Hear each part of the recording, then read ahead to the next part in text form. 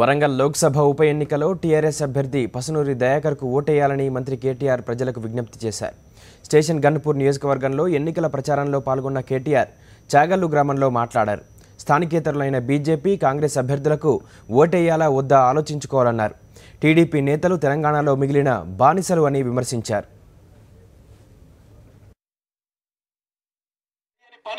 కాంగ్రెస్ తెలుగుదేశం పార్టీలో 60 నెలలనే చేసి చూపెట్టే బాధ్యత కేసీఆర్ గారి ప్రభుత్వాన్ని, తెలంగాణ ప్రభుత్వాన్ని.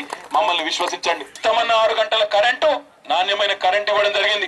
ఎరువులు, విత్తనాలు సకాలంలో ఇవ్వడం జరిగింది. రుణమాఫీ కూడా సగం అయింది, ఇంకా సగం చేసేది ఉన్నది. కానీ మా రైతుల విషయంలో ముఖ్యమంత్రి గారు సంతోషంగా లేరు.